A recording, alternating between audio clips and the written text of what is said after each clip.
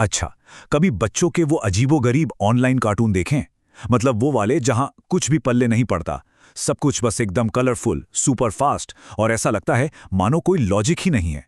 खैर, आज हम ठीक उसी दुनिया में गोता लगाने वाले हैं और देखेंगे कि इस पूरे पागलपन के पीछे भी एक बहुत ही सोचा समझा तरीका, एक फॉर्मूला छिपा है।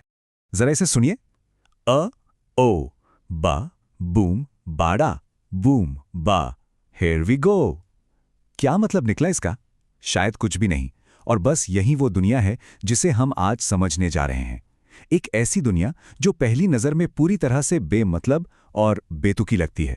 तो सवाल यही उठता है कि क्या ये सच में सिर्फ शोर और बकवास है, या इसके पीछे कोई छिपा हुआ पैटर्न, कोई जीनियस फॉर्मूला काम कर रहा है? चलिए इस पहेली को मिलकर सुलझाते हैं। तो आज की हमारी पड़ताल इन 6 हिस्सों में बटी है। हम इस कह लीजिए बकवास की परतों को हटाएंगे, इसके छिपे हुए फॉर्मूले को सामने लाएंगे और आखिर में ये समझेंगे कि ये चीज इतनी असरदार है तो है क्यों। तो पहला कदम क्या है? सबसे पहले तो इस पूरे के पूरे केओस को, इस फैली हुई अराजकता को समझना होगा। मतलब सतह पर तो ये कंटेंट ऐसा ही लगता है कि बिना किसी सिर पैर के, बिना किसी लॉजिक के बस चलता चला जा रहा है। और अगर इसको थोड़ा तोड़ कर देखें तो हमें मिलता क्या है? बार बार दोहराए जाने वाले शब्द, अचानक से आने वाली बेतरतीब आवाजें जैसे यप्पी या याहू। यहां कोई कहानी नहीं है, कोई लॉजिक नहीं है। सच कहूं तो ये एक ऑडियो और विजुअल कोलाज जैसा लगता है जिसे बस हमारे सामने परोस दिया गया है। लेकिन क्या हो अगर इस पूरी अराजकता के पीछे एक बहुत ही चालाक, लगभग दिखाई ना देने वाला फॉर्मूला छिपा हो? बस यहीं से ये पड़ताल सच में दिलचस्प हो जाती है। असल में ये जो अराजकता हमें दिखती है वो एक तरह का भ्रम है। इसके नीचे एक बहुत ही सिंपल कहानी का ढांचा है जो बार बार लगातार दोहराया जाता है, बिल्कुल एक लूप पर बजते हुए गाने की तरह।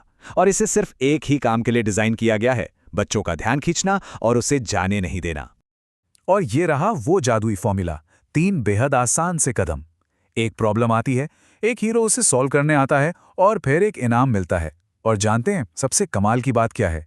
ये पूरा का पूरा ड्रामा सिर्फ कुछ ही सेकंड्स में निपट जाता है। तो चलिए पहले कदम को थोड़ा और करीब से देखते हैं। समस्या। हर छोटी कहानी एक छोटी सी परेशानी से शुरू होती है। एक ऐसा पल जहां कुछ गड़बड़ हो जाती है।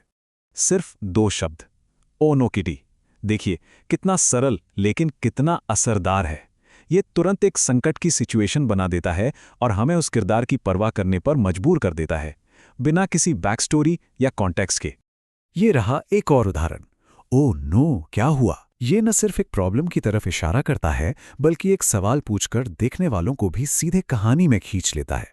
अब हम भी जानना चाहते हैं कि भाई हुआ क्या। तो पहला कदम एकदम सीधा है। एक सिंपल सी प्रॉब्लम दिखाओ, एक बेचारा सा विक्टिम बनाओ और देखने वालों के मन में तुरंत चिंता या उत्सुकता पैदा कर दो। बस हुक सेट हो गया। और जैसे ही प्रॉब्लम आती है, फौरन हीरो की एंट्री होती है। यह है एक्ट 2, द सॉल्यूशन। जिस तेजी से टेंशन बनाया गया था, अब उसी तेजी से उसे खत्म करने की तैयारी शुरू हो जाती है। ये जो लाइन है ना, ये इस पूरे स्टेज का सार है। ये एक सीधा साधा वादा है।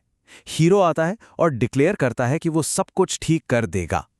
ये एक तरह का भरोसा है जो बोल कर दिया जा रहा है। और ये एक और बहुत पावरफुल लाइन है, सब कुछ ठीक हो जाएगा। ये बच्चों के मन से किसी भी तरह की अनिश्चितता का डर हटा देती है। ये टेंशन को कम करता है और एक उम्मीद जगाता है। मतलब अनिश्चितता खत्म, अब समाधान आ रहा है। तो दूसरे स्टेज का मकसद एकदम साफ है। एक हीरो को सामने लाना जो एक्शन लेने वाला है और देखने वालों को ये यकीन दिलाना कि एक हैप्पी एंडिंग बस आने ही वाली है। और संकट के हल होने के बाद आता है सबसे मजेदार और संतोषजनक हिस्सा, जश्न और इनाम। ये वो पल है जिसके लिए ये सब कुछ किया गया था।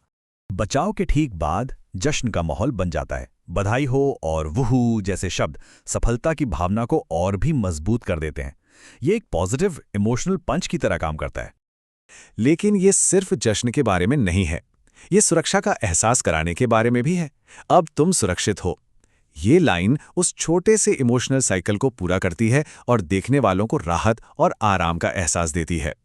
तो ये जो आखिरी स्टेज है वो इमोशनली एक इनाम की तरह है। ये सुरक्षा और कामयाबी का एहसास देता है और देखने वालों के दिमाग को अगले छोटे संकट और समाधान के लिए फिर से तैयार कर देता है। तो अब हमें ये पता चल गया है कि ये फॉर्मूला क्या है और ये काम कैसे करता है। लेकिन बड़ा सवाल तो ये है कि आखिर ये इतना ज़्यादा असरदार क्यों है? इसका जवाब सादगी के मनोविज्ञान में छुपा है। ये चार्ट सब कुछ साफ कर देता है। देखिए, इमोशनल संकेत जैसे डर, राहत, खुशी, ये बहुत ज़्यादा हैं। लेकिन कहानी की जो कॉम्प्लेक्सिटी है, यानी दिमाग लगाने की ज़रूरत, वो लगभग ज़ीरो है। और इस पूरे साइकिल को बार बार बहुत ज़्यादा दोहराया जाता है, जिससे ये आसानी से समझ में भी आता है और एक तरह से एडिक्टिव भी बन जाता है। और जब हम इसकी तुलना किसी पारंपरिक नॉर्मल कहानी से करते हैं तो ज़मीन आसमान का फर्क नजर आता है। पारंपरिक कहानियों में कॉम्प्लेक्स कैरेक्टर्स होते हैं, कहानी में उतार चढ़ाव आते हैं, कोई गहरा मैसेज होता है। लेकिन मंकी जॉय फॉर्मूला इन सब चीज़ों को साइड में रखकर सिर्फ सबसे बेसिक इमोशनल यात्रा पर फोकस करता है। प्रॉब्लम, सॉल्यूशन, रिवॉर्ड, बस। और ये हमें एक बहुत बड़े और ज़रूरी सवाल पर लाकर छोड़ देता है।